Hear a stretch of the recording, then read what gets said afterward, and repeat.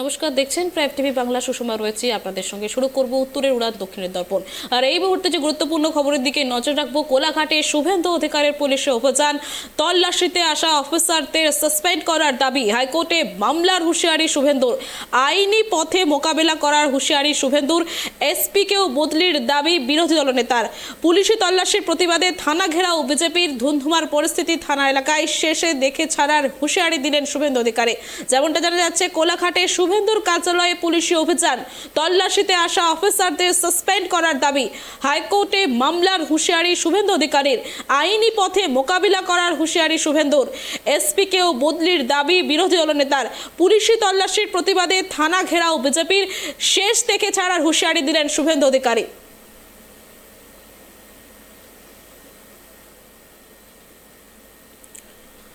কোলাঘাটে শুভেন্দুর কার্যালয়ে পুলিশি অভিযান। সন্ধ্যে থেকে ধুন্ধুমার পরিস্থিতি। থানা চত্বরে তল্লাশি আসা অফিসারদের সাসপেন্ড করার দাবি। হাইকোর্টে মামলার হুঁশিয়ারি শুভেন্দুর। আইনি পথে মোকাবিলা করার হুঁশিয়ারি শুভেন্দুর। এসপিকেও বদলির দাবি বিরোধী দলনেতার। পুলিশি তল্লাশির প্রতিবাদে থানা ঘেরাও বিজেপির। শেষ থেকে ছাড়ার হুঁশিয়ারি দিলেন শুভেন্দু অধিকারী।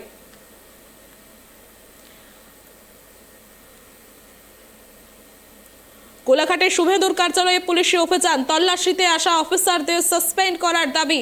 হাইকোর্টে মামলার হুঁশিয়ারি শুভেন্দু অধিকারীর। আইনি পথে মোকাবিলা করার হুঁশিয়ারি শুভেন্দুর। এসপিকেও বদলির দাবি বিরোধী দলনেতার। পুলিশি তল্লাশির প্রতিবাদে থানা ঘেরাও বিজেপির। শেষ দেখে ছাড়ার হুঁশিয়ারি দিলেন শুভেন্দু অধিকারী।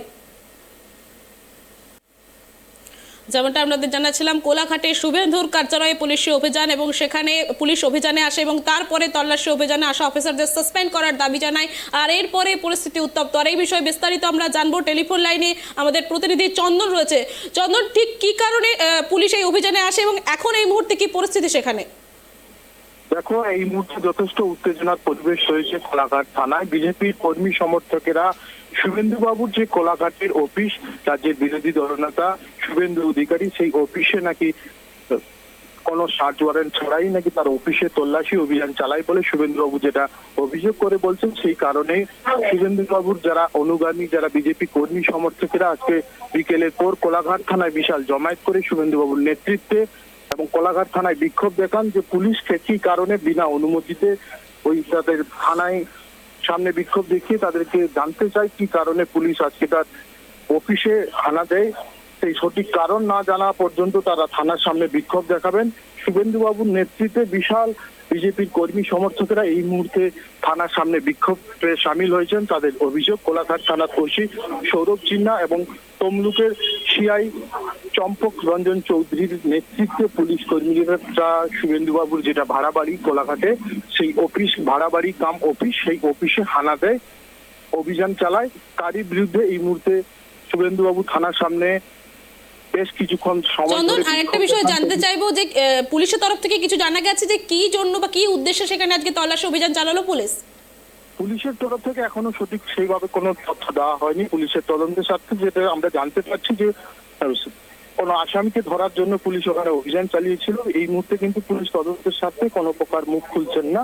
তবে বিজেপি কর্মী সমর্থকেরা কোলাঘাট থানার সামনে বিক্ষোভ প্রদর্শন করছেন। এলাকায় যথেষ্ট উত্তেজনার পরিবেশ তৈরি হয়েছে। সুষমা, ধন্যবাদ চন্দন।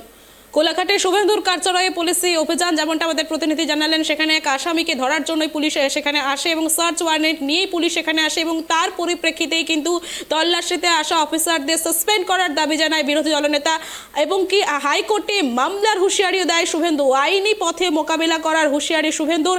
এসপিকেও বদলির দাবি জানান বিরোধী দলনেতা। পুলিশি তল্লাশির প্রতিবাদে থানা ঘেরাও করে বিজেপি এবং এই মুহূর্তে বিজেপি কর্মী সমর্থকরা থানা ঘেরাও করেছে এবং সেখানে ধুন্ধুমার পরিস্থিতি। এমনকি শেষ দেখে ছাড়ার হুঁশিয়ারি দিলেন শুভেন্দু অধিকারী।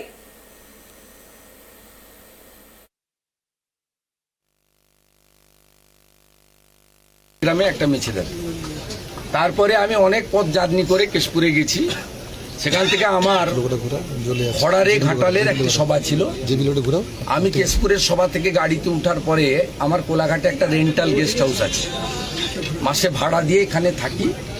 আগে গেস্ট হাউস, সরকারি গেস্ট হাউসে উঠতাম যখন শাসক দলে ছিলাম। আমি যদিও বিরোধী দলনেতা, গেস্ট হাউসের আমি চাইলে পেতে পারি কিন্তু আমি নিই না।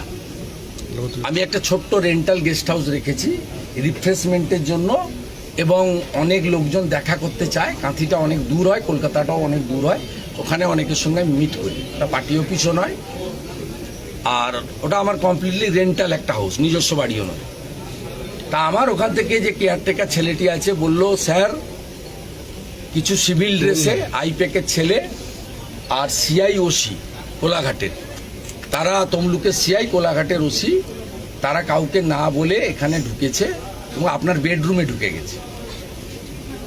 বেডরুমে ঢুকে গেছে। আমি তখন বললাম যে আপনি যে অফিসার আছে তাকে ফোন দিন। প্রথমে ফোন ধরতে চাইনি, পরে কোলাঘাটের ওসি সৌরভ চীনা ফোন ধরলো। আমি বললাম দেখুন, আমি আমার পৌঁছানো পর্যন্ত ওয়েট করতে হবে, কারণ মহামান্য হাইকোর্টে আমি অনেক লড়াই করেছি।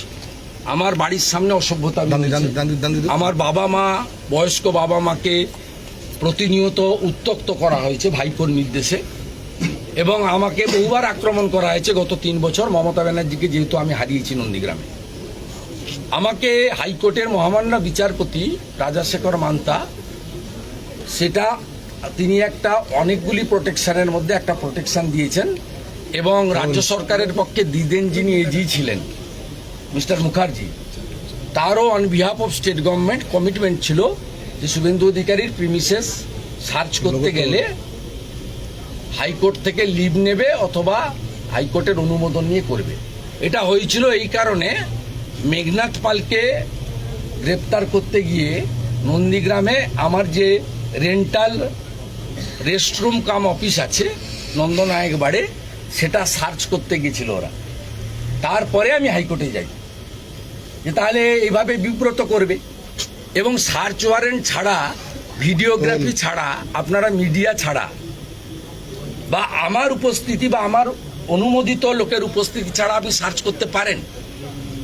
আপনি যদি দুটো ভাঙা বন্দুক রেখে দেন, আপনি যদি কিছু টাকা সেখানে রেখে দেন, আপনি যদি জাল নোট, হেরোইন, ড্রাগের কিছু বেআইনি জিনিস রেখে দেন, তার দায়িত্ব কে নেবে? এবং আপনারা আমাকে ফাঁসাবেন, এটা পারেন না। Natural justice 226।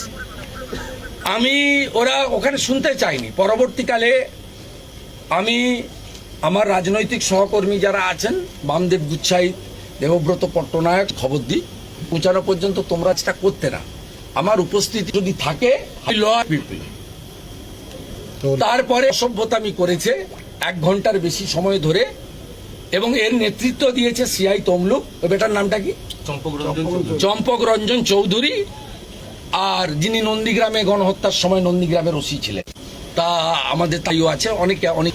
তারপরে বলছে যে আইপ্যাকে এবং তার কিছু নয় ড্রাগ, আর যে বসবাস করছি আমি এখানে এসে দুজনই তাদের মাধ্যমে ঘাটাল খড়ারে তাদের কাছে ক্ষমা চাইছি যে ভুল দোষ নেই, আমি বাধ্য হয়েছি তার অত্যাচারের। আমার আরেকটা প্রোগ্রাম সাসপেনশন চাইছি, সাসপেন্ড করতে হবে, যদি এসপির নির্দেশে এসপি কেও সাসপেন্ড করতে হবে বা ট্রান্সফার করতে হবে। আমি জানতে চাই, আমার লয়ার হাইকোর্টে অ্যাপ্লিকেশন, যেহেতু তারা এখানে করেছে আইন, আমি লড়বো।